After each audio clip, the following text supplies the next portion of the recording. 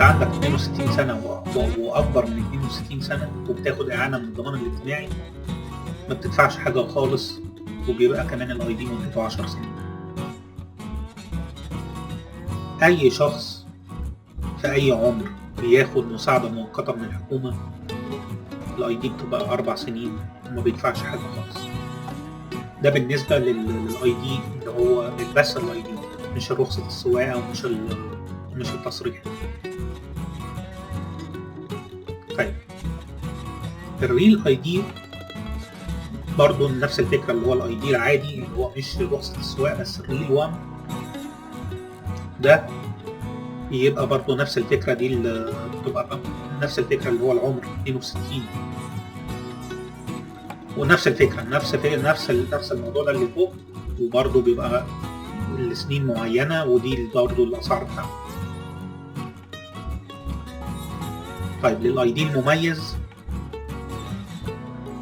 نفس الاي دي المميز بقى اسعاره يعني اعلى بكتير يبقى تدفع $39 لو انت يعني من 62، لو انت اقل من 62 سنه وتاريخ ميلادك خلال 6 شهور فبيبقى 4 سنين بس وبتدفع $39. ونفس الفكره لو انت بعد 6 شهور، لو انت اقل من 62 سنه وبعد 6 شهور تبقى 8 سنين و$43. يعني هي دي المصاريف اللي انت بتدفعها. تمام. طيب خليني اوري لك الفرق ما بين الريل. بصوا ده الانهانسد، لو انت بصيت كده ده الانهانسد. تمام. طيب وده الريل اي دي. شايف ده اهو، هو غالبا هو ده. بص ده الفرق، هو جاب من الاخر هنا. ده الريل اي دي. الريل اي دي بيبقى فيه نجمه هنا. تمام. المميز بيبقى فيه علم امريكا تحت، ما بيبقاش فيه نجمه بس بيبقى فيه علم امريكا تحت. تمام. لكن اللي هو العادي الستاندرد ده العادي بيبقى مكتوب عليه مش للاسباب الحكوميه، يعني ما تقدرش تستخدمه في الحاجات اللي احنا قلناها. يعني خليكوا دقيقه واحده معايا عشان بس نريح دماغنا، الاضاءه عماله تبربش. تمام. فده الفرق ما بين الثلاثه. طيب مين بقى يقدر يطلع الستاندرد، ومين يقدر يطلع المميز، ومين يقدر يطلع الريل اي دي؟ ده اللي احنا هنعرفه هنا لما نشوف ايه اللي مطلوب لكل واحد. تمام. طيب لما تيجي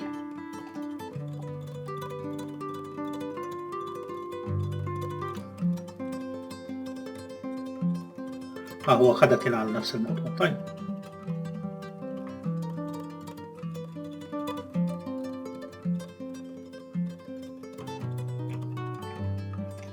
خلينا نشوف دوت. هنقول مثلا لو احنا عاوزين نطلع الاي دي اللي هو العادي. تمام. مين يقدر يطلع الاي دي العادي اللي هو نون درايفر اي دي، اللي هو ان دي اي دي؟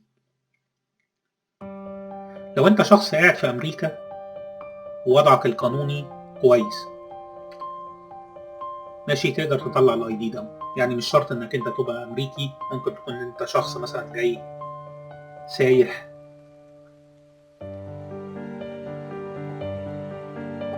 يعني مش شرط تكون امريكي يعني.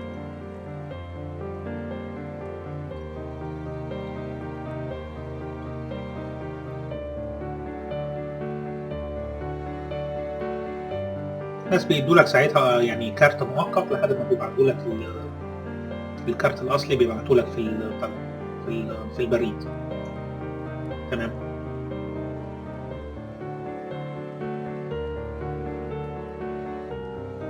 طيب خلينا نشوف ايه اللي مطلوب هنا. اهو ده ابلكيشن اهو. لو انت بصيت في الابلكيشن ده، تمام، ده الابلكيشن اللي انت بتملاه لما بتروح المكتب او بتروح لاداره المتجر. تمام.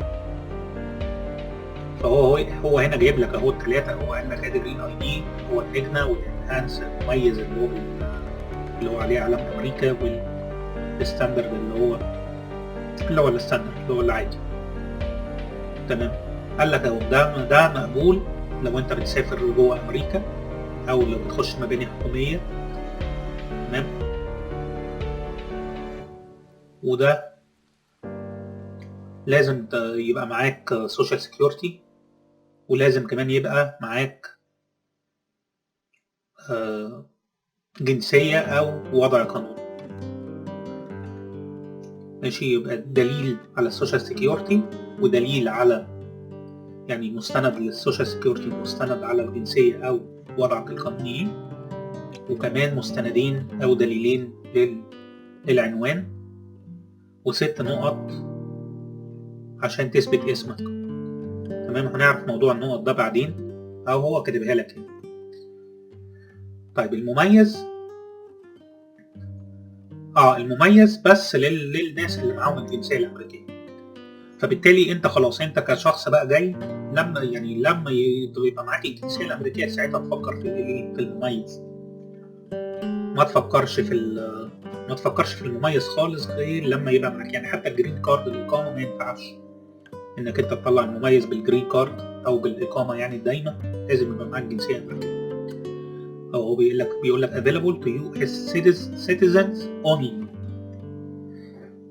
تمام. وبتدفع $30 زيادة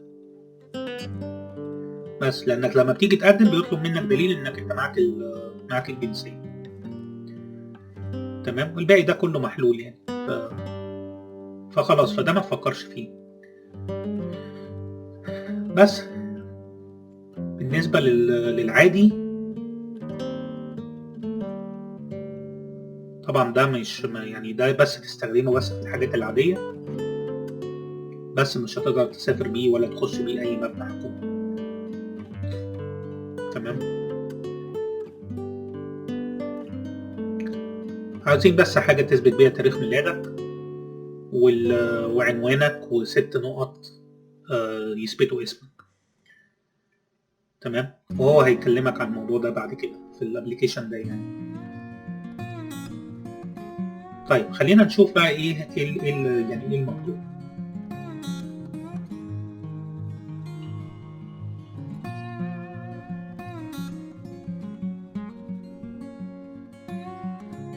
طيب هو هنا المستندات اللي انت هتقدمها لازم تبقى اوريجينال كلها، ما ينفعش تبقى مستند،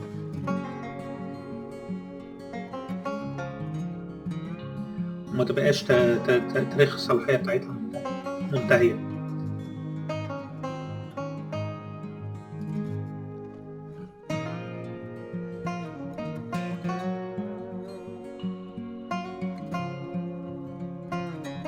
هو هنا بيقول لك ايه؟ بيقول لك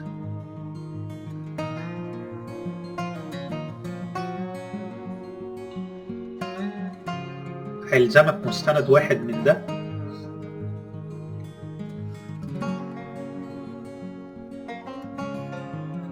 ماشي.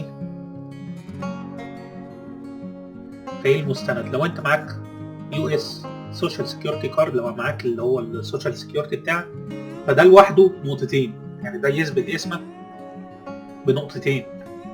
تمام. هم عاوزين 6 نقط، صح كده؟ 6 نقط.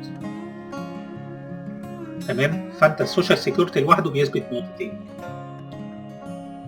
تمام.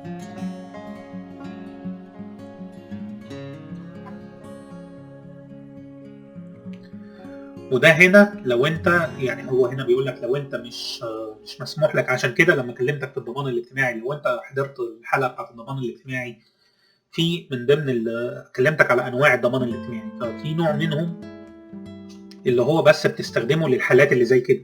لو انت مثلا اي جهه طالبه منك سوشيال سيكيورتي وانت مش مسموح لك انت بالسوشيال سيكيورتي، ممكن يطلعوا لك واحد لغرض مش بس يعني بس مش يعني مش لغرض انك انت تشتغل بيه او كده، بس للغرض ده بس.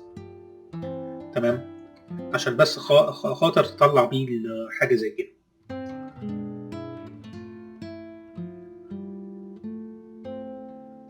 نفس الفكره NSS1 كلمتك انا عن الحاجات دي قبل كده. لو انت ما طلعتش رخصه، لو انت ما طلعتش سوشيال سكيورتي قبل كده، تمام، فبتجيب لهم المستندات الفورمز دي اللي بتثبت انك انت عمرك ما طلعت رخصه، عمرك ما طلعت سوشيال سكيورتي قبل كده.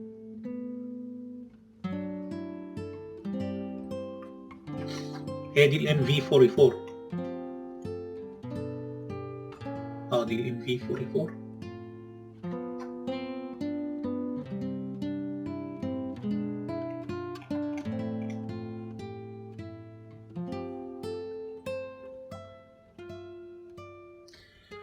غالبا هي الام في 44 هي خلينا نشوف.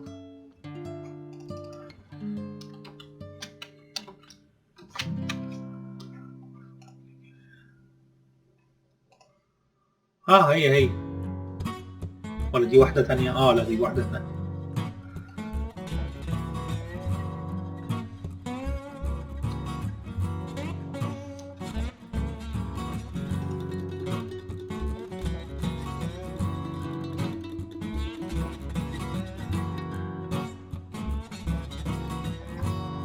اهي هي دي.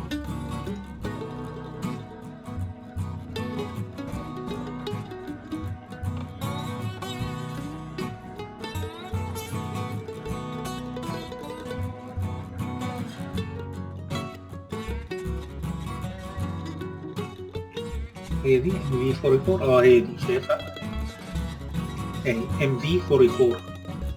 انتوا مش شايفينها من الكلام؟ شايف؟ اهي دي ام في 44.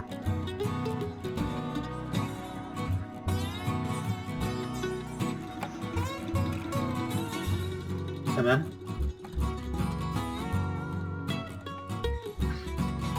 ده ابلكيشن خاص بالنسبه لك، يثبت فيه العنوان بتاعك يعني.